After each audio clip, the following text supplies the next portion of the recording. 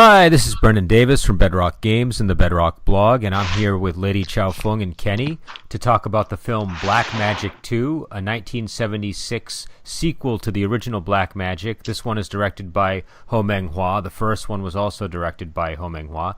And like that one, this stars Ti Lung, Tanny Tien, Lieh and Lily Li. It's just missing Gu Feng, who was in the first one and not in this one. It's a different storyline. In this one, the evil magician is played by Lieh, and he lives in a mansion. And the Ti Lung character and Tanny Tien are friends with another couple played by Lily Li and Lam Wai-Tiu, and they are doctors who get involved in the mystery of the black magic being performed by Lolier's character. Before we get into the rest of the story and everything, what did you guys think of the movie? I enjoyed it more than the first one.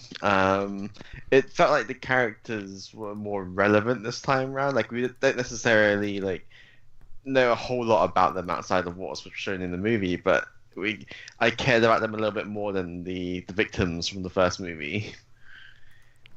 And I really liked Lole as the evil magician. He did he had the creepy the greasy creepy vibe going on, which kind of suits him, which probably shouldn't be it's not really a compliment in any way, I guess, but he did well in the role. I enjoyed this movie much better than I did the first one.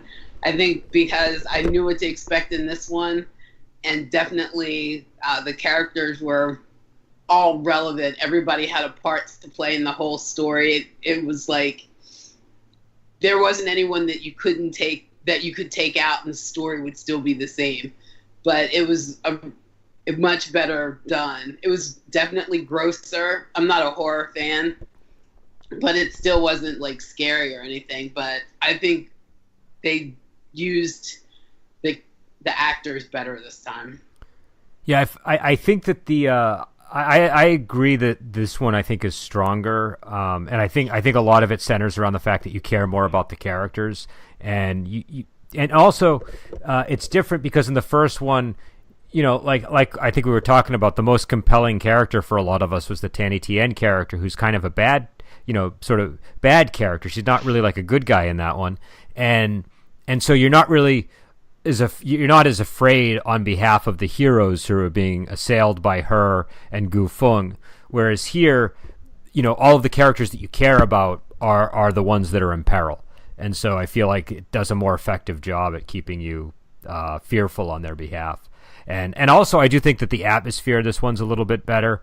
And just to bring it back to Lolier as the villain, I think this really reminds me of kind of just more classic horror movies in general. And in particular, he reminded me a little bit of Phantom of the Opera for some reason, the way he was kind of just the way he was using his body. Do you know what I mean? He just had the physicality of his performance reminded me of that a lot. And the fact that he was hiding in the basement, basically. What was that? And the fact that he was hiding in the basement. Yeah, well, I like the fact that he had a home base, that he had this mansion. I think the mansion added a lot to it. Because the bad guy in part one just kind of lived in a shack, and most of the time he was really kind of just on the road. Like, he was going from place to place to avoid the good wizard. And in this one, the mansion added a lot to the atmosphere of the film.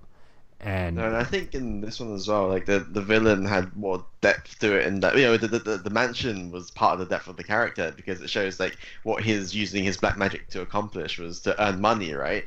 And in the first movie, we see that guy asking for lumps of gold and stuff like that, but he never really seems to do anything with that, if that makes sense. Yeah. Here, he's asking for money, but he's using the money to keep a large house. And all his servants and stuff. It feels like he's sort of got a motivation for doing what he's doing. yeah, I would agree with that. I think also I like the device they used, where when the movie opens, Ti Lung and Tanny Tien, they arrive it just says a tropical city in the movie, but it was filmed in Thailand, so I'm just going to assume this is Bangkok or something. But they arrive and they're greeted by another couple played by Lily Li and Lam Wai-Tiu, and they're they're introduced to this ongoing medical mystery of these lesions that people are getting that the Lam Wai character thinks is a product of black magic. And to prove his case, he pulls out that book and he shows he starts talking about like what black magic is, but then he talks about this specific wizard that is stayed young by drinking breast milk, and there are pictures of Ti Lung's character in the book. And so I liked that device for bringing in some of his backstory. Yeah, I was quite amused at seeing his pictures in the book as well. Like he had a look of like a sort of weird, terrified look on his face as in those pictures. I'm not sure what he was going for there, but it was. I think it was intensity. Smile. I think it was meant to be intensity. I think it was I thought it was a good device, but I also thought it was kind of odd that the person that was in the picture was also the black magician, because usually if you have this book and you have this subject, it's usually not it shouldn't turn out to be that person. Yeah, I guess what I was wondering was what I liked about it was it looked like those were supposed to be older pictures of him. Like this was like do you know what I mean? Like I assumed that those were from a earlier period, and that they just wouldn't have assumed that it was the same guy. But because they mentioned that he's supposedly could remain youthful, I don't know. I guess it does kind of disrupt a little bit of that, because it's weird when you have the characters actually going to him and hiring him, or when he brings the flowers and the Lily Li character doesn't recognize him and things like that. But then maybe you're not paying. The mustache makes all the difference. The evil. Yeah, maybe that was it. Maybe that was it. And also, I guess, how much attention are you paying to that kind of detail in a book? Like maybe you're not expecting the image of the guy that's going to be casting curses on you to be in the book. So, I don't know. But they did double down on the milk drinking. That was kind of an interesting thing in this movie. Yeah. And they doubled down on a lot of things. What did you guys think of just the overall level of sort of shock and horror and gore in this one? I just thought this one was definitely a lot grosser than the other one, when they showed like the close-up of the growths on people's faces and the lesions on the back, and just because those kinds of things can really happen to people. So for it to be part of black magic, it just was really kind of gross. And I was eating this time while I was watching it, because I wasn't thinking that it would be any grosser, and then I was just kind of like, yeah, no, I can't finish this right now. After seeing the patients in the bed and all that's gross. Yeah, like it was definitely more unsettling as well. Like I felt like the black magic in the first movie had more hoops you had to jump through in order to actually utilize it, right? Here it was just like, a bare amount of blood on a napkin was enough for the curse, or even just a sweaty handkerchief for the nightclub guy was enough to cast a death curse on him, which it made it feel a bit more esoteric, I guess, a bit more mysterious as well. And I think some of the statues he had around the house were like Native American chieftains or whatever as well. Right? That was pretty weird. I'm not sure. I didn't catch that detail, so I'm not sure. But you might be right on that. Like some African gods, and then some of them were like the Native American. Yeah, they were definitely Native American. I didn't catch the African ones, but yeah, they were. Yeah. It did seem like they were either streamlining the magic, or it was operating on a slightly different set of principles, or Lolier's character was so powerful compared to Gufeng that it was just easier for him at times to do some of these tricks. But I like the callback though, because he did mention like, oh, all I need is like a drop of your blood or a footprint or whatever, which is all the stuff from the first movie. It's like a nice little nod back saying, yeah, that stuff was still canon, but maybe Lele's magician here was just way more powerful. Well, and he had that ring too in this one. He had that ring that he was focusing all of his energy, and it kind of, and again, I think that like the way that Lolier was playing the character, it really worked when he would sort of stick his fist out with the ring, and he'd have the black robe and the hat on. You know, he just was more menacing, just, you know, between the costuming and everything. You know, like I said, I always think of the Gu Feng characters more on the sleazy side, and this character is just kind of like, he's very Phantom of the Opera, like very, very dark and imposing in the way he carries himself. I mean, if I were to compare the two magicians, like I'd say Gu Feng's magician was a bit goofier as well, which kind of detracted a little bit from. Like I thought his performance was fine and enjoyable, but it definitely, like, the character itself was like very goofy, from like sort of tumbling around with a look of shock on his face all the time, and like looking around in horror at the air around him. I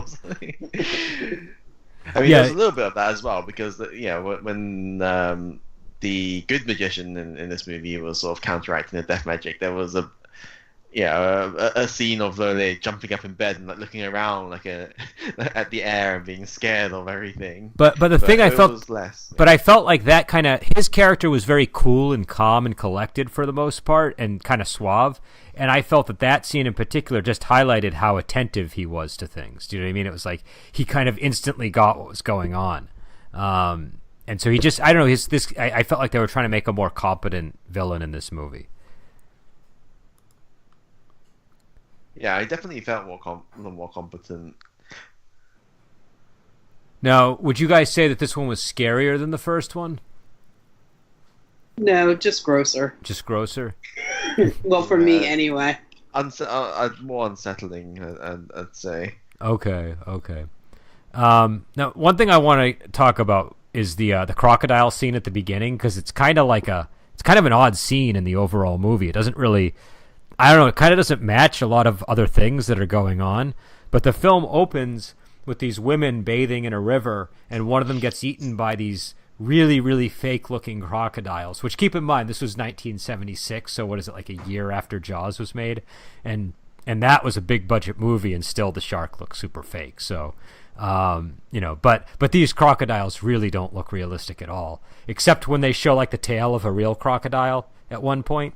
And I think they even have, like, a crocodile carcass at a certain point in the scene, too. But the mobility of the creatures is very suspect, and it's a very gory scene. And I just don't know what you guys thought of the scene. If you thought it added to the movie, or if it was kind of weirdly placed. My first thought when seeing that was like, when was Jaws out? Like I feel like they were trying to lift a bit of the cinematography or the scene setting there of like the water and the woman swimming at the top of the screen and like the large unseen depths. But then they had a really fake crocodile come up from the side, and it's like, oh no, why? But yeah, I don't know. It was a bit of a strange scene. Like, in terms of what it added to the movie, all it really did was introduce the fact that there was a good magician. Yeah. Who we don't see until like way, way later. But yeah, I mean, it did introduce him. But I kind of felt like it sort of misguided me. Like it set up a certain kind of movie that we were not about to see. Do you know what I mean? Well, how did it what were you expecting to see? I don't know. It's kind of like a really crazy way to open a movie. Like somebody gets eaten by a crocodile, and then this guy, magically extracts the hand and the bracelet from the crocodile. And so I expected more of that kind of thing. Do you know what I mean? Just like more teeth and gore, I guess, than we got. And we got gore, but just I feel like this scene, it front loads a lot of it, I suppose.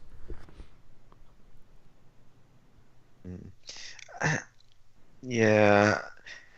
Well, I suppose it was also an excuse to open up the movie with 4 naked women as bouncing in the water. Yeah. Well, there was that too, and that also. I mean, I felt like that was a little bit unrealistic too. I don't think that's the typical manner of bathing in that region, No, like, especially in a river within, where like, there's shouting crocodiles. distance of the village. Like, basically, like, I was thinking, oh, but the village is right there. Like, would people really just like take off all their clothes and jump in the river? Uh, No, it was. I think it was. I think it was more for the benefit of the audience, and I think you're onto something though with Jaws. Like I feel like that's why it felt so weird to me because it just felt like a slightly different movie than the rest of the film to me. Between the location, which is like a very rural sort of by the waterway area, and the rest of the movie is inside the city and in a mansion, and the fact that there's no more like. The only animals we see after this are the dead carcasses they use for spell casting. So it just felt a little odd to me. Yeah, and I feel like if the purpose of that scene was to like, it's just really hard to figure out what the director was wanting to convey with that scene. Like, if they want, or the writer, I guess, like if they wanted to introduce a magician, I could think of a few better ways of going about it. It's show him like investigating the weird lesions on people's bodies or whatever, following curses and trying to find out what's going on. I don't know, like I feel like it's one of those things where we need to introduce a magician, and I saw this brilliant movie last year. I think we can take some inspiration from it. So, rather than spending like 15-20 minutes building up tension before finally revealing the shark, we'll do it in like 30 seconds. Sprinkle in some naked women, and I think it'll work out great, right? I mean, I'm sure there are plenty of fans of this scene. It just felt a little disjointed to me. It definitely did not go with this film. But it's quite a way to open a movie, I suppose. But what I guess while we're on the topic of the Good Magician, what did you guys think about him? Because in the previous movie, one of our complaints was that the Good Magician was a little bit too powerful and too useful to the heroes, and it diminished the threat that Gu Feng was supposed to have. And here, I feel like they introduce him, and I almost forgot he even existed. And then he arrives at the last minute, but he sacrifices himself in order to protect the Tanny Tien character. So it's I don't know. What would you guys think of him in those terms? Is it impossible to get a balance? Like this time around, he was useless. I agree with Kenny on that. I mean, it was a good way, I guess, his uselessness to introduce the fact that he would have to, T. Lung's character would have to swallow the eyes to be able to see what was going on. Because if he didn't die, then that wouldn't have happened. But yeah, I thought he was too useless. And I think they could have woven the Good Magician in along the way somehow, just like Kenny had said about investigating the weird patients at the hospital with all their maladies. I think he could have had like maybe a side storyline along with theirs, and it kind of converges at the end. I think they could have done it better that way. Yeah, I don't know. I mean, I feel like it's better than the first one, where in the first one it just really weakened the threat. But I also agree that like you kind of forget about him, and he shows up and he just dies. And I mean, I suppose it's interesting. Like at least like he's not. It doesn't have the same problem the first one had, but a little. I think they could have had him go into the mansion and maybe perish in the mansion or something, or just a little bit more. Yeah, because I mean, he had that basically all-powerful talisman of his. Like I don't, and then he never thought to use it, and during that one scene where he's trying to repel the death curse at all, it's just like, maybe you can't use it when you're trying to repel a death curse. Maybe that's one of the conditions that maybe it's just one of those things where it seems like so obvious. Like, well, you had this thing, why didn't you use it? It's like no, I know one of the things that kind of upset you, Lady Xiao Feng, in the previous one was that there was no martial arts in the movie, and I didn't prepare you for that. And this movie doesn't have any martial arts either, but it does have some fight scenes, and I was curious if those were like, if those add insult to injury for you, or if they help balance out the movie for you. They helped balance out the movie for me. I was happy to see T Lung doing a little fighting. So that upped it, made it better for me this time than the last time. I enjoy seeing him fighting, even if it is brawl fighting. I thought they did a really good job of acting as though like neither of them had any martial arts training. Yeah. No, that. Oh, go ahead.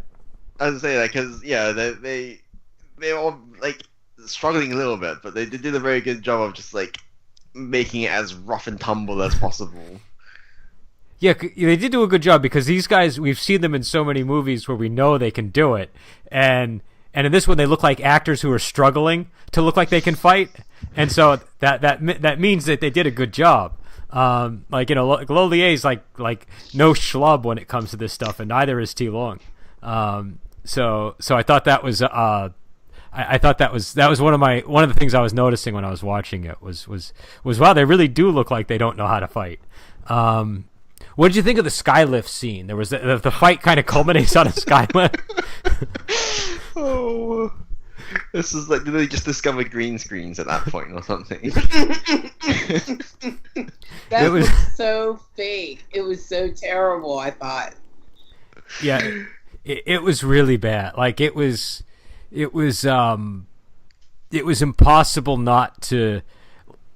It wasn't just that it was bad, because I've seen a lot of bad green screens, but the prop itself was all distorted or something. Like something was wrong with the way that the sky cart looked against the green screen. I don't know I don't know what it is, but it just looked way off.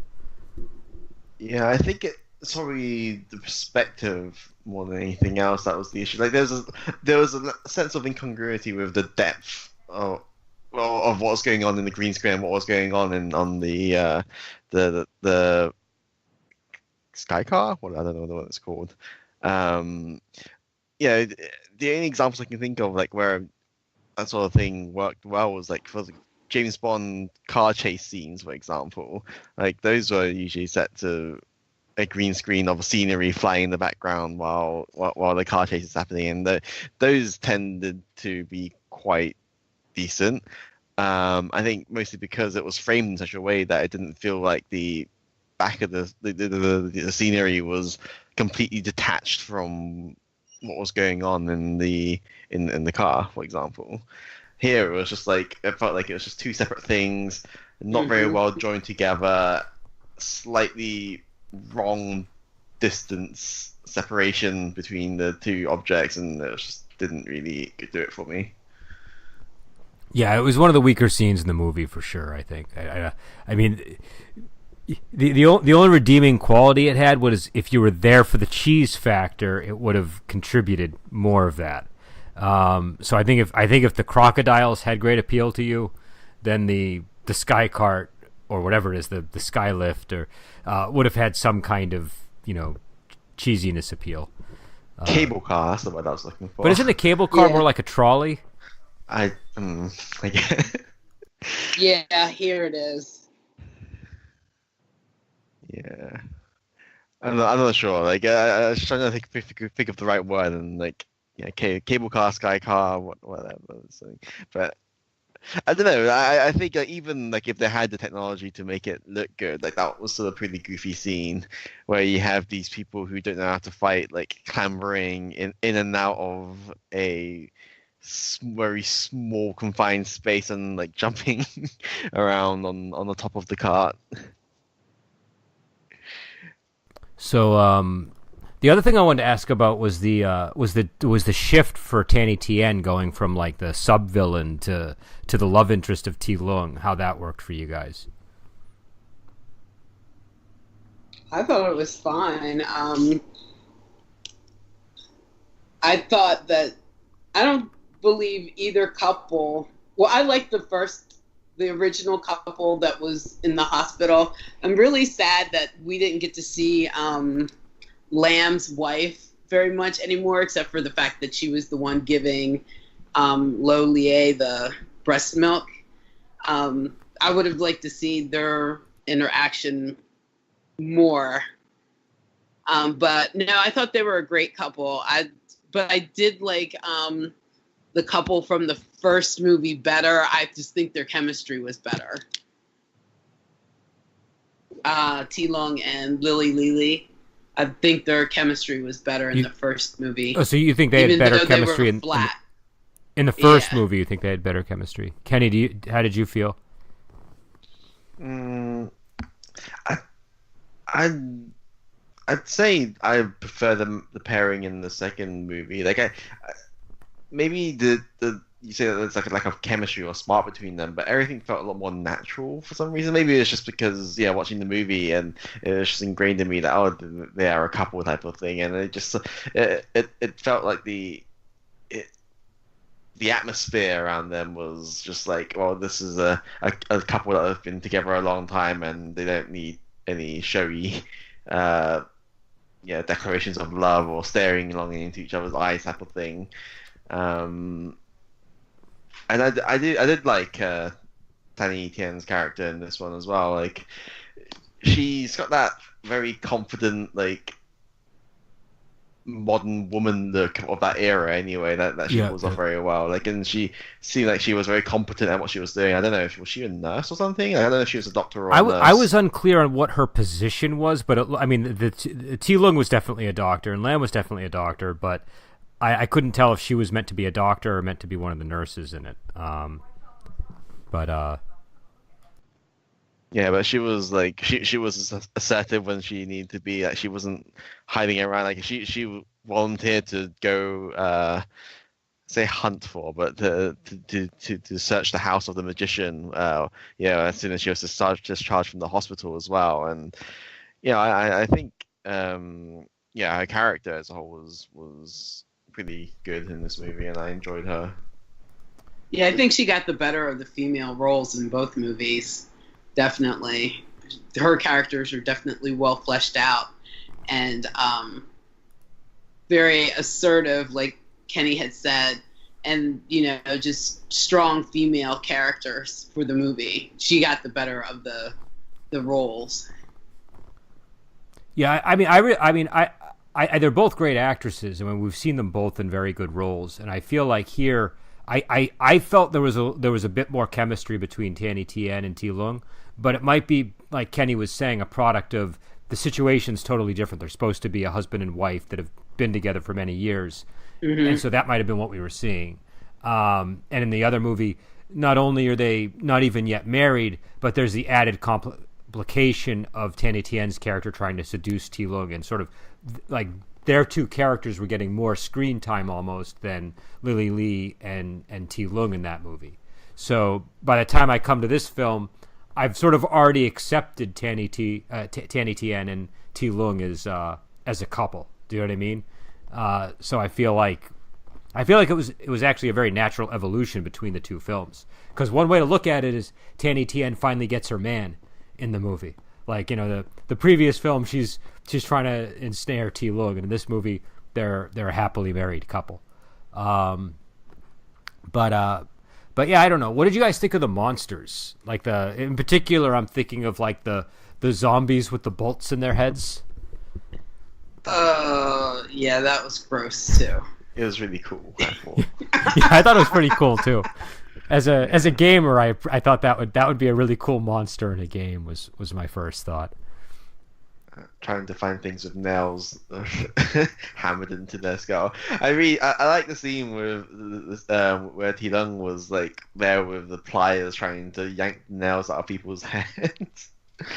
There's just something about it where it just seemed like it could have been like if it was done better, it would be like a more tense scene with a bit more horror around it. But it did turn out a bit amusing to me more than anything else. Well, there was also something very gratifying about the solution there, about him just having to pull the nails out, and it just was I don't know, it was a little bit like a video game, I suppose, in some ways in that respect. Obviously, find a weak spot. Yeah, I mean, obviously it was made in '76, so they're not even thinking in those terms. But that's just sort of what it reminded me of. But I like that. I also liked sort of the horror of, because the way they introduce it is they have the woman who's the showgirl, who's this beautiful woman that is meant to seduce this guy. I can't remember his name. Was it Zhang or something? The player at the bar, basically. Tanny Tien.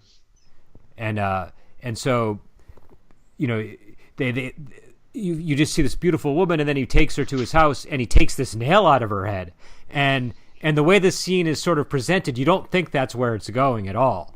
And he takes the nail out of her head, and she just becomes old and then collapses to the ground. And I found that was, to me, that's pretty effective horror. So I thought that was, I thought the monster worked in terms of being able to, just be a scary creature, but also in terms of just adding to sort of remember the scene that we commented on in the previous film where the woman opened her eyes after she was dug up? Like, it sort of was like along those same lines, but it carried through the whole movie. Yeah, I wouldn't want to wake up or be in bed with someone either, and they're turning old in front of your eyes just because of some kind of talisman or something that you're wearing. That's just really, really creepy.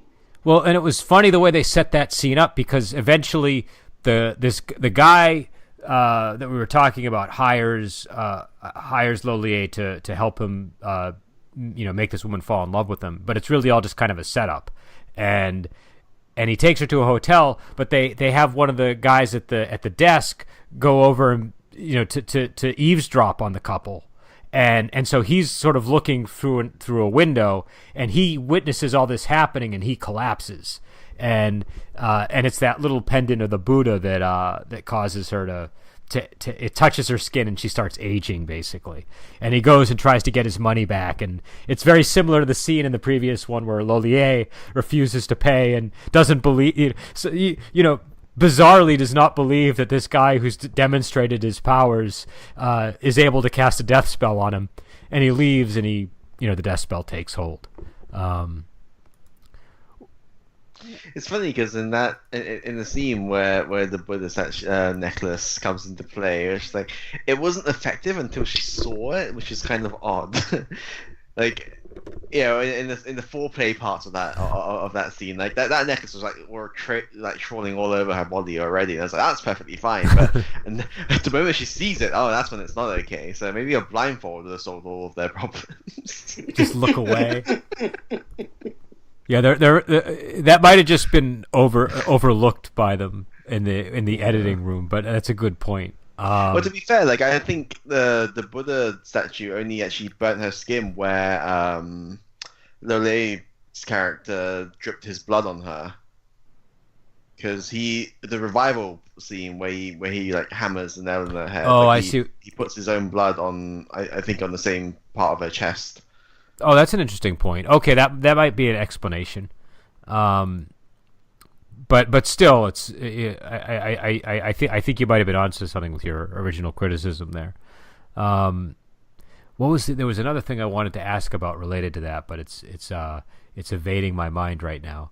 But I guess what did you guys think of the final battle at the mansion? How did that play out for you guys?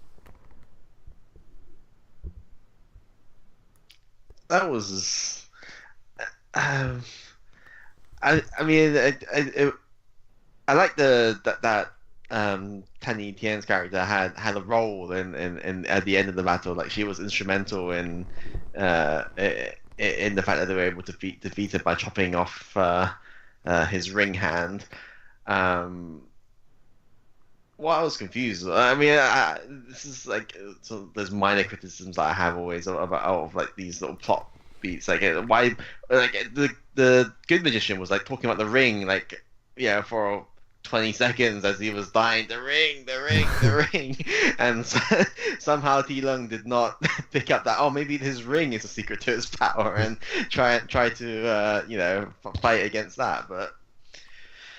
I thought the fight, set to the burning house added a bit of a sufficient amount of tension there, and the fact that I guess it's kind of creepy as well that the zombies were burning when the wax statues were burning as well. That happens a few times throughout the movie, so it was very well set up already. And when we see it happen, you're like, oh, we know exactly what's going to happen here. Yeah. Oh, go ahead. Go ahead. I was just gonna say I never made that connection until you said that. Like, yeah, I never even realized that it had happened several times, and I'm thinking back, it did. Yeah, I totally flew over my head with the burning zombies and everything. I like the burning zombies, and I like that she cut off his hand like that. Like you said, I thought that was it was great that they kind of both each had a really crucial thing to do in dispatching the villain. But before it escapes my mind, I remember what I wanted to ask about the plan that they implement in order to figure out if it's really magic. What did you go where Tanny Tien says, "Oh, you could just use me as a guinea pig," and T Lung says, "Oh, that's a great idea." And and I'm just obviously it was the worst idea ever. But what did you guys think of that part of the movie? I was thinking that was definitely that plan was not going to work out in the end. I was figuring two friends were not going to be friends anymore, and one was going to kill the other. But my brain goes off in a whole different tangent. But I knew that was not a good idea from the beginning. I was like, maybe you should probably just get some other girl off the street because you guys are way too connected for this. I was just thinking, like, this is, oh, you know what you shouldn't do is stand in front of the mirror at midnight and say Bloody Mary 3 times in a row. And then you get the teenagers going, you know what was a good idea? I think if we stood in front of a mirror at midnight. Well, what really made the whole thing work for me was the fact that T Lung says that's a great idea. Like the very moment you're saying this is the worst idea imaginable.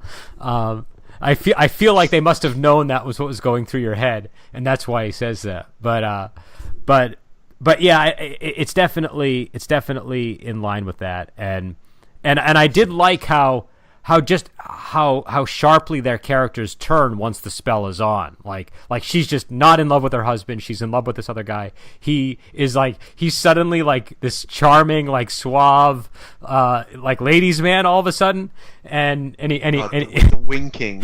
Oh my god, that was like that was some of the worst winking I've ever seen. Well, the sound effects weren't helping it either. There was a spring. There was a spring noise being dispatched every single time, or being deployed every single time he winked at her, and it was a little bit silly. But in the end, I thought that I thought that it was I don't know. I liked where that went, even though I thought it was a very stupid plan and they shouldn't have done it. I think it added to the film. To note was that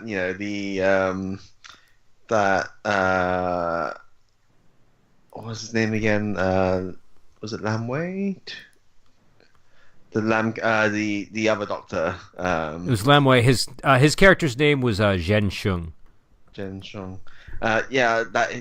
His character changed as well to be obsessed with Tanny Tien. Like in the previous movie and sort of I guess there wasn't an example in this movie, but in the previous movie it was just the target of the spell. Like the requester was never the target of the spell as well. If that makes sense. Like here it was the moment that they actually cast the magic. Like, they were both attracted to each other rather than it being just the one way. No, and that was kind of the weird thing about Lolier's character that I didn't understand. His business plan here seemed to be that anytime somebody hired him, he would cast a spell on that person too. And I mean, I guess he got his money, so what does he care? But I can't imagine that he's walking around with too many satisfied customers to spread word of mouth about his black magic business. Well, but he apparently doesn't even lock his front door. People can just walk in and and request his services. I suppose he probably does have a whole other set of priorities than we would even imagine anyways, since his main focus seemed to be preserving his youth and all of these things. And preserving his youth and earning as many American dollars as he can. Yeah. He always wanted it in U.S. dollars. That was... Yeah, because he It's very charged, adamant it was US dollars. and he clearly had a sliding scale based on something, because the first guy he charged 5,000, but then when Lam went to him, he charged 10,000. So it was I don't know, maybe it was because it was more terrible because the guy was trying to get his best friend's woman, or maybe he just didn't like him. Well, I mean, you see, in this particular for that spell, like he had to cast a spell on 2 people, right? Like I don't think he Yeah, had to double cast the a spell on money. 2 people, so he doubled the money. So it was casting it on him as well as her. There, And, yeah, I guess but that's true. I guess that's true. But I don't think that's a consideration. I think he was just out to make money, and he looked like he was rich enough to afford it. But I do have a question. It's like, did Lole's character actually recognize him in any way? Like, I don't know. I was unclear on that. I couldn't tell.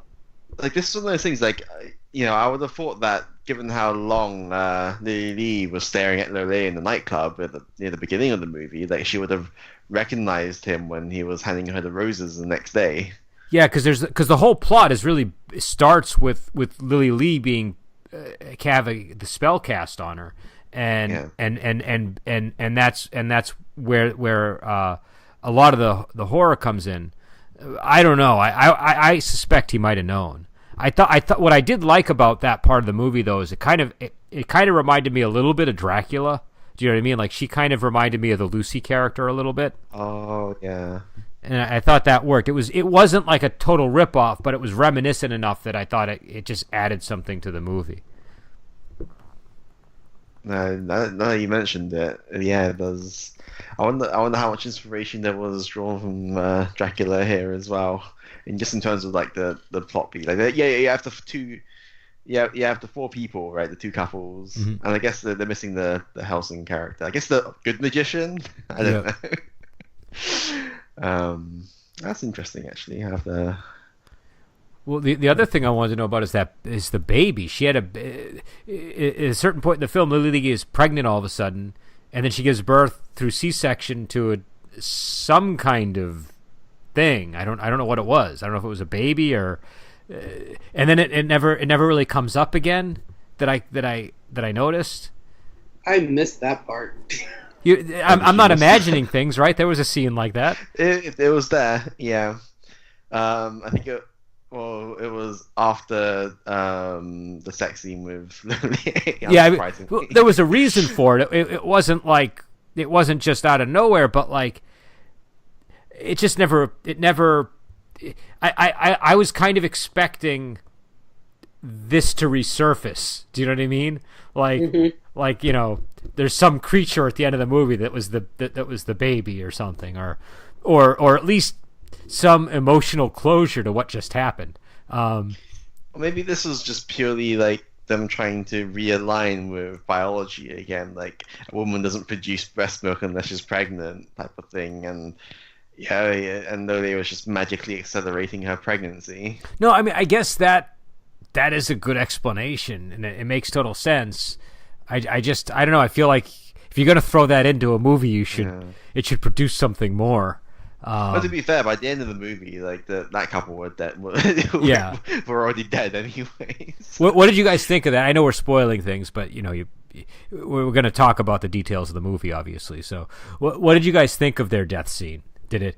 It was. I guess it was sort of tragic, but also, I guess they got to have their final moments together and still kind of be in love. Yeah, it was definitely supposed to be quite tragic, and I don't know. I think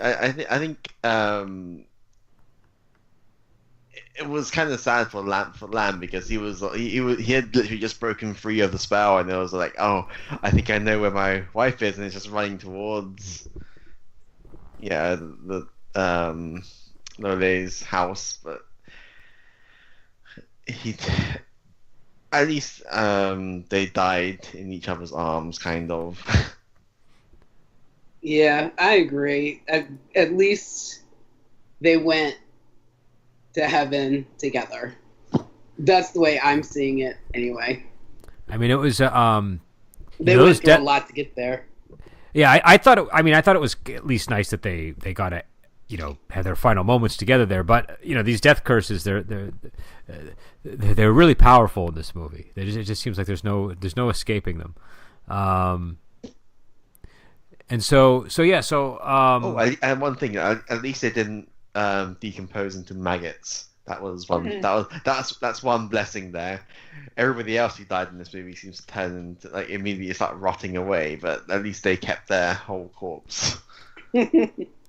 No, that's true. That's true. They though the guy, when they did dig him up, the decomposition was greatly accelerated, which was the thing that had led them to sort of conclude that there was maybe some magic going on. But I did like that they kind of like we were talking last episode, and you just did mention this, that that there was that theme of sort of medicine versus the magic, and here that seems they're doctors, and so it's kind of interesting that was right up in the center of it. Yeah, I mean, this sort of stuff. It's always going to be the case that people who receive a higher education, I'm not going to look at black magic in very favorably, kind of thing. But you always going to get the more traditional people who are oh, you can't just because you say it doesn't exist doesn't mean it doesn't. You have to be careful about these types of things. You don't offend the random people, otherwise you could end up losing your life or being farmed for breast milk or whatever. Yeah, there was even a line at the beginning of the movie that T. Lung had said to Lam that, you're highly educated. How could you ever actually believe something like this? Black magic exists. You're a doctor. Yeah, no, it was I thought it was effective because the doctor character is believing that this is magic, and that kind of demonstrates that the medicine is not effectual against it. But yeah, I don't know. We're coming up actually on the 50-minute mark. So did you guys have any other thoughts on the movie or anything that I forgot to cover that you wanted to talk about? No, I think we've already compared the first movie sufficiently, and I do think if you, of the two movies, the second one is the better one to watch. But yeah, that's not to say the first one was terrible or anything. It's just I think the second one's just more enjoyable from the way all the characters have been written, and the role that they play in the story was more significant than in the first one. And the fact that there is even though you can sort of guess that the black magician is eventually going down at the end of the movie, how it's going down was always left up into the air until the last confrontation scene, basically. Yeah, that's my thoughts so far. Yeah, this was definitely a much better movie than the first one. It was better written. The characters were definitely more enjoyable, and they were essential to the plot. Plus, I think this one was definitely grosser, so that helped with the horror. The first one, I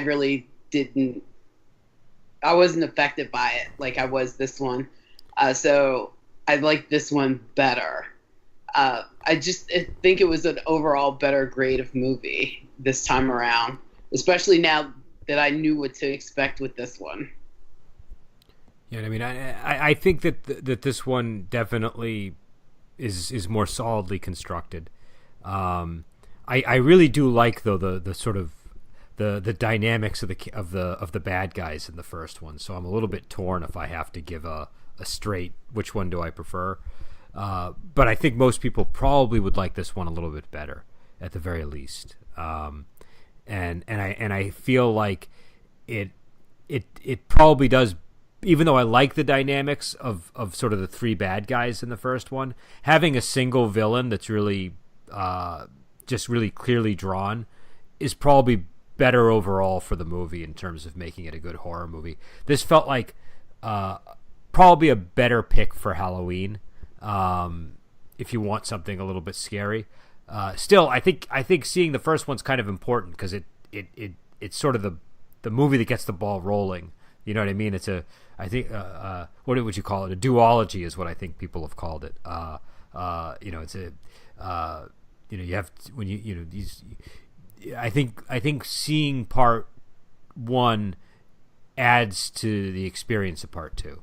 But again, this is available on Amazon Prime, and so if you have that, you can see it streaming.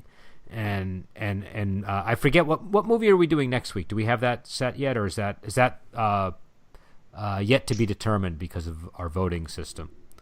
I believe it's either Hex or Witch from Nepal. Okay, so next week we'll either be doing Hex or Witch from Nepal, and until then, we will I guess we'll talk to you later. All right.